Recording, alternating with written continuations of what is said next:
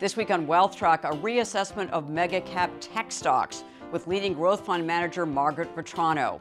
Why ClearBridge's large-cap growth team has made some dramatic changes is next on Consuelo Mack WealthTrack.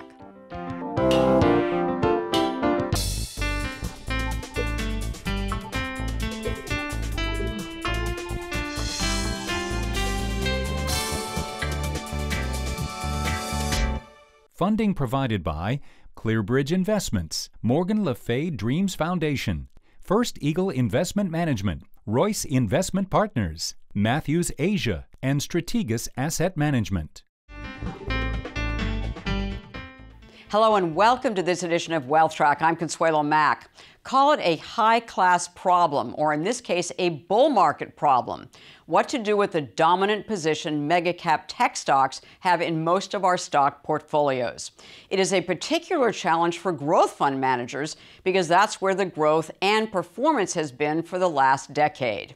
This week's guest and her team met that challenge by reducing some significant winning positions and actually closing out a big one last year. Understanding why she did it and how she feels about it now can help the rest of us who face similar decisions. She is Margaret Vitrano, co-portfolio manager since 2012 of the high-performing ClearBridge Large Cap Growth Fund. The $20 billion fund has earned an overall bronze medalist analyst rating from Morningstar for its, quote, skilled co-managers who adeptly execute a patient quality approach. And according to Morningstar, the fund has beaten the vast majority of its large cap peers over the years until just recently, which we will address. Another distinction, the fund was an Investor Business Daily's 2021 award winner for beating the S&P 500 over the trailing 3, 5, and 10-year periods. Vitrano has also been named to the Barron's list of 100 most influential women in U.S. finance for 2 years in a row. ClearBridge is a WealthTrack sponsor, but we won't hold that against her. In 2020, Vitrano and her team sold their entire Alphabet position, that of course is Google, and cut back their stakes in Microsoft and Apple, moves which have hurt their performance since. I asked her why they made those sell decisions. That may seem like a bold move to do, and it felt like a bold move at the time, but I would say that our index that we compete with, that we benchmark ourselves against, the Russell 1000 Growth Index, is a bold index. Microsoft and Apple are both about 10% of the index, Google 6% of the index. And so for us, as we try to manage a diversified portfolio, and we want some of the internet companies, but we also want some Adobe, and we want some security companies, and we want some beverage companies, tech has really crowded out many of the other sectors of the index. And so we were forced to make a decision of, pick one or two that you really want to go overweight and hold those and eliminate the others so that you can free up the rest of the portfolio to be diversified. So really the decision to sell Google was more about diversification and portfolio construction more than anything negative about Google per se. We have been surprised at how well the company's executed over the last year. Certainly it's been a mistake. This company's been a good performer, but I think through the business cycle that diversification is really what helps the portfolio perform. And I was actually going to ask you in retrospect, it did hurt your performance. And I might add, when I'm saying it hurt your performance, I mean, give me a break. In 2020, you were up, 30% or something? And in year to date, you're up, in strong double digits. So it's not like you're really hurting. But in comparison to your benchmark, the Russell 1000 Growth Index, you're lagging a little bit. So in retrospect, how do you feel about those decisions? Well, in retrospect, I think as an investor, you're always looking back at performance and trying to figure out how you could do better. And we consciously chose Google and kept our Facebook position because Google has historically always invested heavily in R&D. That's part of their success, that they keep investing back into their business. And so from our perspective, digital advertising had been doing really well, but we thought they're going to step up investments into some of these newer businesses to keep it going. And gosh, were we wrong. I mean, operating margins are up 500 basis points, more than 500 basis points over the past year. And that's really been the surprise and I think the key to the outperformance versus what we expected. So where did you reinvest? So you took those funds, and again, diversification was a major reason for doing that. Yeah. So where did you reinvest the funds? Those Google proceeds went into Early cycle recovery plays, semiconductors and consumer discretionary. So we added NXPI, we added ASML, we added Ulta, the beauty company, and we added Tractor Supply, all in the second half of 2020 and early 2021 to try to take advantage of those early cycle recovery names. And did those work? They have worked quite well. Yeah. I mean, semiconductors have been have been on a tear, right? Because of the recovery in the economy, and because some shortages have enabled those companies to increase pricing a little bit. So, and you look at a company like Ulta that has also been on a tear, partially because consumers are in such good shape. But Ulta was really interesting because from our perspective, we were looking for names that were going to be better situated post-pandemic. And the neat thing about Ulta is because so many department stores closed or closed some of their stores, Ulta actually had share gains to benefit from coming out of the pandemic. And that's really helped them. Diversification in the ClearBridge Large Cap Growth Fund is important within the growth, that asset class. So talk to us about what the three buckets are and how you position them and what they do in the portfolio. The buckets approach for us is a way of helping us not just say, gosh, do you want to own Ulta, but think about how is it fitting with everything else that you own in the portfolio. And the view is that if we can have a diversified portfolio, even though we only have 40 to 50 names, it will help us perform well in different kinds of markets. So, in the market where you just have momentum winning, we should do okay. If you have a value recovery, we have some of those names too. And so the point is that we want to try to compound nicely through the business cycle in different kinds of markets. And in fact, one of the reasons that Morningstar rates you so highly is that, in fact, that has worked, right? Yeah. Is that in your downside capture in down markets, you don't go down as much as your benchmark. And in up markets, you perform well. That's exactly right. Yeah. So the core of the portfolio is what we call the stable bucket. Yes. Those are good quality compounders. Think Home Depot, United Healthcare, good quality companies that tend to do just a little bit better than the market because they're holding or gaining market share. And then we have what we call our cyclical bucket. And those are companies, we define it as companies with revenue or profits that are depressed for reasons we think are fixable. Disney is a great example of that right now because obviously the theme parks are depressed because they're not at full capacity. Right. But there's nothing wrong with Disney. Once we get through this pandemic, I think Disney's theme parks will do a great job of generating free cash flow. And that's a great example of a name that we can own in the growth portfolio as this cyclical bucket. It's a little bit different than a typical growth manager might own, and that gives us some diversification. On the other end of the spectrum, we've got our select bucket, and that is what I would call more typical higher growth, higher momentum companies. Amazon, companies with nice secular tailwinds. They're in investment mode. They've clearly worked over the last 24 or 36 months, but they're also volatile. And so we want to limit the amount of that in our portfolio because we're shooting for consistency. We're not trying to knock the lights out. We're trying to be consistent through the business cycle. So right now, our down capture is still less than 1. So if the market goes down 1%, we should go down a little bit less than that. And you see it in some of the names that we own. I mean, names like United Healthcare. If you close your eyes and think about the market going down 10%, United Healthcare and healthcare services should be more defensive than that. So our down capture has actually remained quite resilient. September is a great example of that. The market was down, I think the market was down 5%, and we gained 50 or 60 basis points in that month because of that good downside protection. And Netflix is a position, right, that you have now.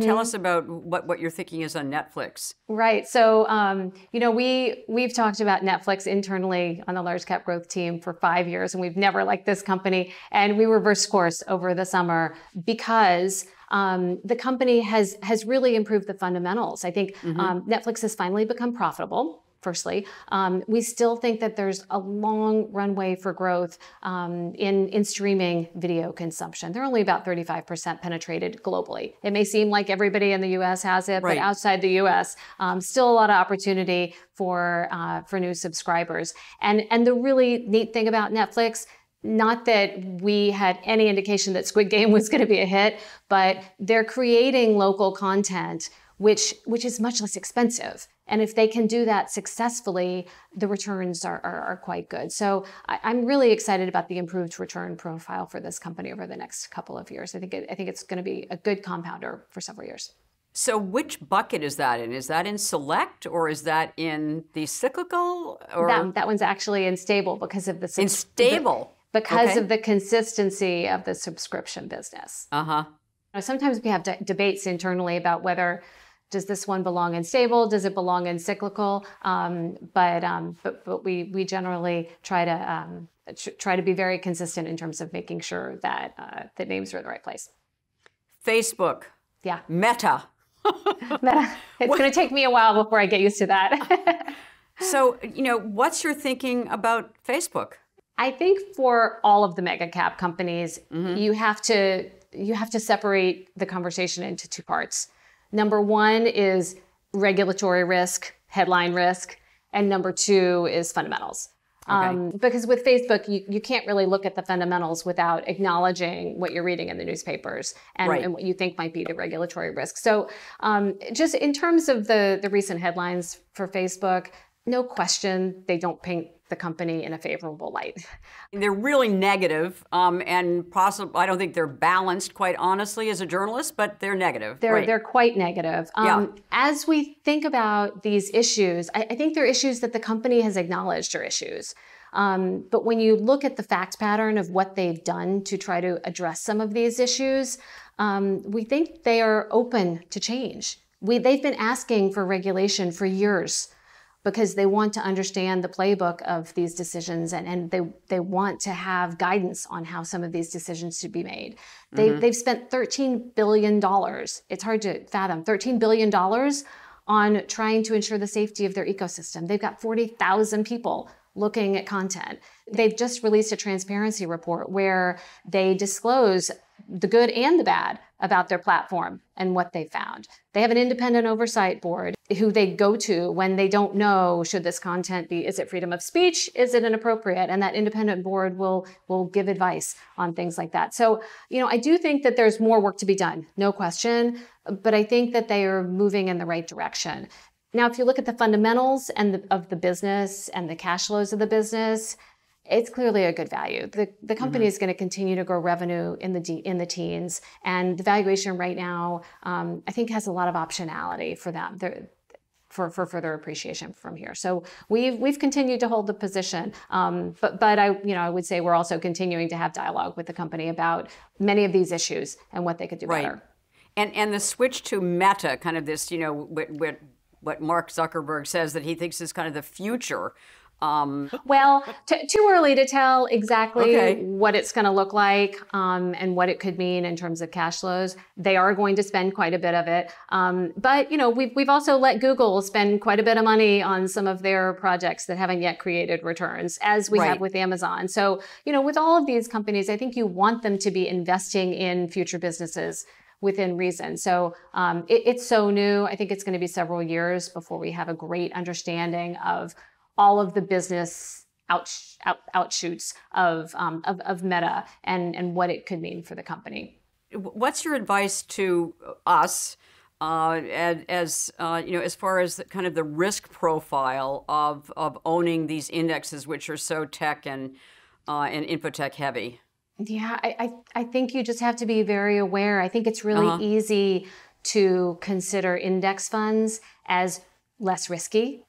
And that's just not the case right now. And furthermore, the large cap tech companies, they are all a little bit different, but they also are very highly correlated. Yes. They all have regulatory risk. They're all beneficiaries of digital transformation or growing consumption of the internet. So many of the same drivers are driving their businesses. So you just have to be careful because they're actually very, very concentrated. It's kind of the opposite of what we preach. I think if there's one thing I've learned about investing, it is that concentration can be dangerous because there are always things that we are not expecting to happen that happen. And if you have all of your eggs in one basket, that becomes very risky. growth has had a phenomenal run as an asset class, growth stocks. And your fund, ClearBridge Large Cap Growth, has had a terrific run as well. What are you telling clients that the prospects are for the next 5 years versus the last 5? Well, if you look back over the last 50 years, the S&P and the Russell 1000 Growth Index have been up about 12%. The last 3 years have, for 2018, 19, 20 has been 25. So I would say exactly. Probably not. Yeah. Next 5 years. But I do think that there's, the technology stocks, which is the key driver of the growth index, they are still good businesses. There is a reason that they have done so well. And I don't think the conclusion should be, gosh, technology has had such a great run, sell all your technology and put it in something else.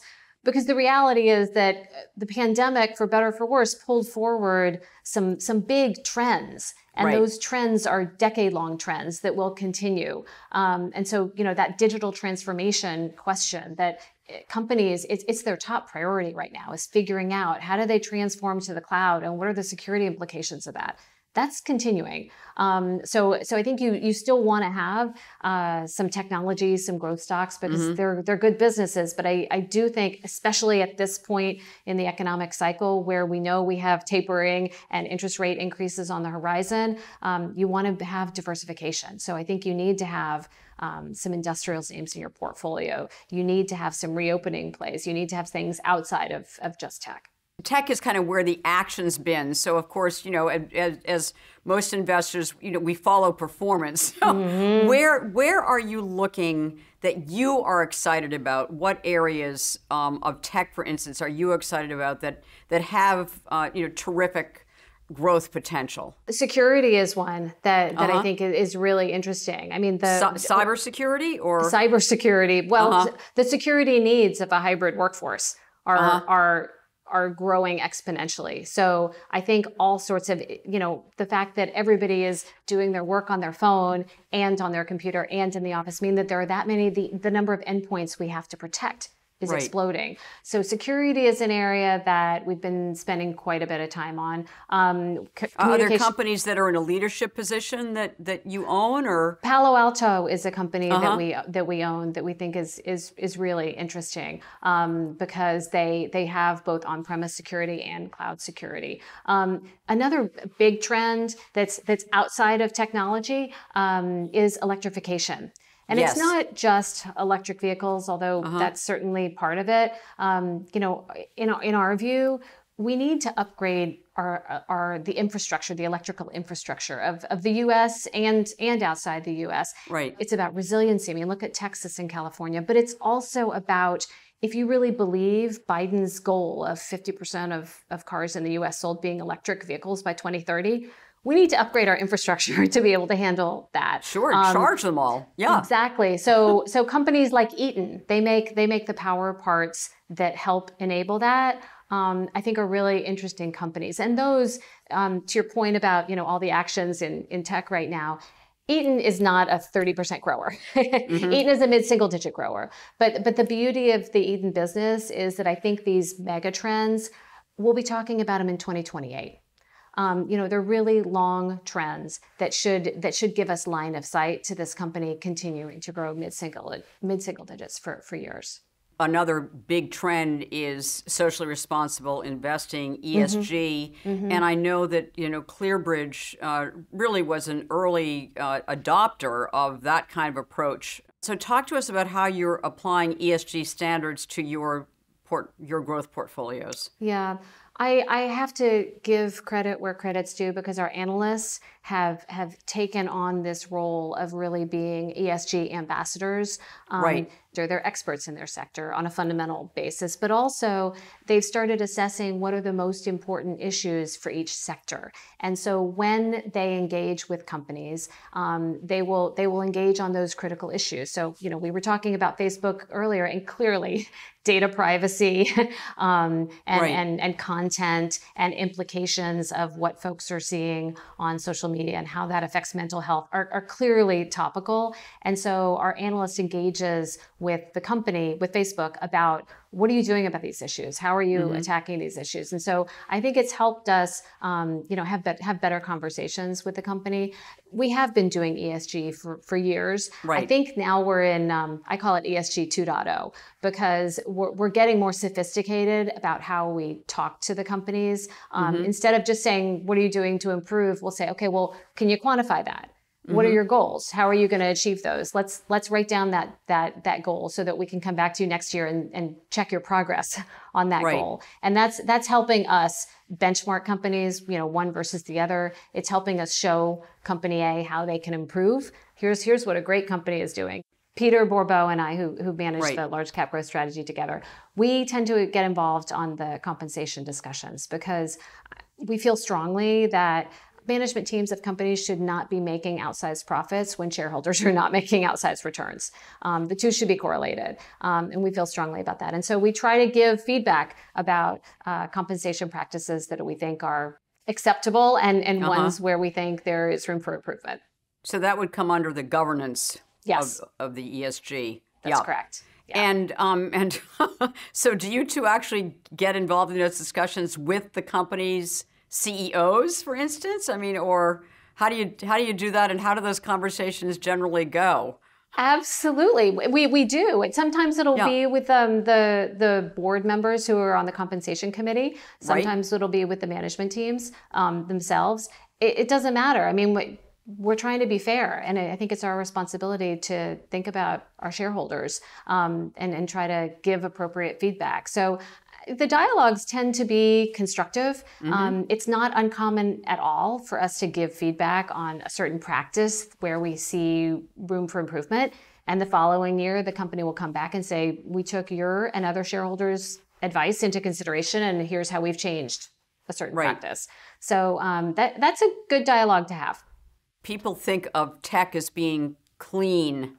And in fact, we have discovered that many of these tech companies have very high water use, high energy use. How is that affecting your views of their ESG types of practices? Well, that's one of the considerations that we're engaging with the companies on. I mean, we were talking about Eaton before, and one of the things that their products will help enable is if a certain company's data center uses solar power to power the data center, but they have extra energy, they can send it back to the utility, and Eaton will help facilitate that. But using solar power to power data centers is one of the ways that companies are lowering the usage of data centers, and we engage with them on all of those issues. But when I was mentioning ESG 2.0, it's about quantifying. Every company will say, "Oh yeah, we're working on that." But the question is, how much are you working on that? How much are you going to reduce power usage? What are your goals? So that we can then come back to them and say, hey, you said you were going to reduce power usage by X%. How are you doing on that? So I think it's really about talking to them and engaging with them and having conversations about those issues and then setting the goals. And then that helps keep us all together in terms of tracking their progress over time. One investment for a long-term diversified portfolio, what would you have all of us own some of? Right. I remember last time I was here, we talked about Visa, and which did incredibly well. I still like Visa. It is a good compounder. They have a great business model. They have very good returns. It hasn't performed as well as some other technology names since COVID began, because a profitable part of their business is cross-border payments. So people traveling to a different country and spending over there. That will happen over time. So, I still think that is a good quality compounder. The other one is Eaton. I think Eaton is a really good quality compounder with duration. I think that those secular trends of electrification and investing in our electrical infrastructure, they're not necessarily dependent on an infrastructure bill. They're not necessarily dependent on GDP growth accelerating. They're just secular trends that I think give you line of sight to good mid-single-digit growth there. Two really interesting ideas. Margaret Vitrano, thanks so much for joining us once again. Thank you.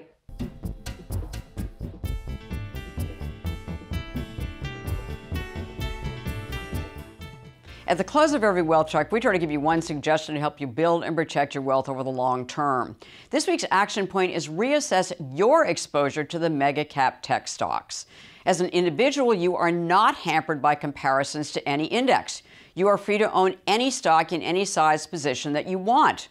But after a decade of spectacular outperformance, your FANG positions plus Microsoft are probably sizable. Finding out what your total exposure to these stocks is in index funds and mutual funds might be an eye-opener. You can decide from there if those holdings need to be trimmed or not, from both a diversification and personal comfort level point of view. Next week, financial thought leader James Grant discusses the global financial implications of Evergrande's implosion and China's gigantic real estate bubble. In this week's extra feature, Margaret Vitrano shares the permanent changes she has made in her personal and professional life because of COVID. In the meantime, we invite you to follow us on Facebook, Twitter, and our YouTube channel. Thanks for watching. Have a great weekend and make the week ahead a healthy, profitable, and productive one.